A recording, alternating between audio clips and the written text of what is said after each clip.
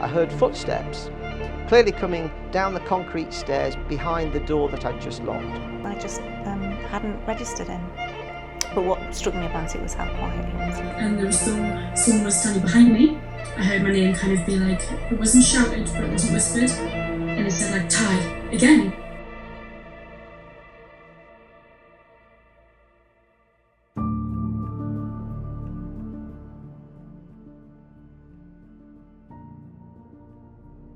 As with lots of people, I always had a passing interest on the spooky side, from ghost stories round the campfire, to trying to figure out what, how, why ghosts were. Ghost stories occur in many cultures around the world, but what that culture thinks that ghosts are vary based on religion and mythology of that culture.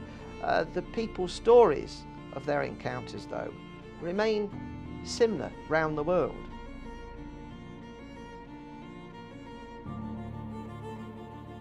I don't think people are lying when they say they've seen something. I mean, most people have seen something that they can't explain. Ordinary people tell of their encounters.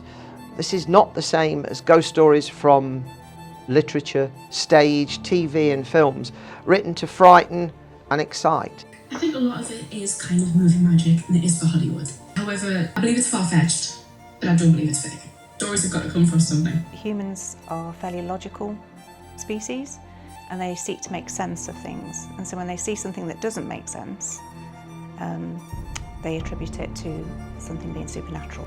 Tonight's programme, how does Liz Howard, a former scientist, explain her remarkable knowledge of a woman who lived 400 years ago? Does this skeleton have evil powers? They say you should never do a Ouija board because you say like, hello, is anyone there?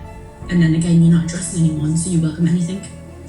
And they were like playing around, asking stupid questions, and one of the guys says like, oh, are we going to die soon? And he said yes. And 2 years later, all 4 of them died in the same car crash. The next day, I said, oh, I heard you come down the stairs last night. And he said that he'd gone home at 4 o'clock. You're shocked initially because it's not usual, it's not normal. He may have been having me on, but he was not a man taken to pulling my leg, or anybody's leg for that matter.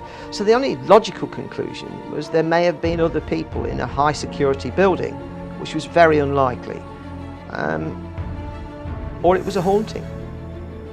Footsteps on the stairs is a very common type of haunting. Your nature, your nurture, the way you've been brought up will make you more prone to suggestion of supernatural entities and beings. So I mean, and I don't know this for sure, but I can imagine if you're of a religious background, you're more open to that idea that there is another world, another entity. And it was just like, I can't, where did he come from? There was nothing there before. But, maybe I'd been in the world of my own. Maybe I was thinking about something else and I just hadn't registered in. People can't stop themselves delving into things that are still unexplained. And I believe you shouldn't meddle in things that you're not meant to meddle with. And I still love a good ghost story.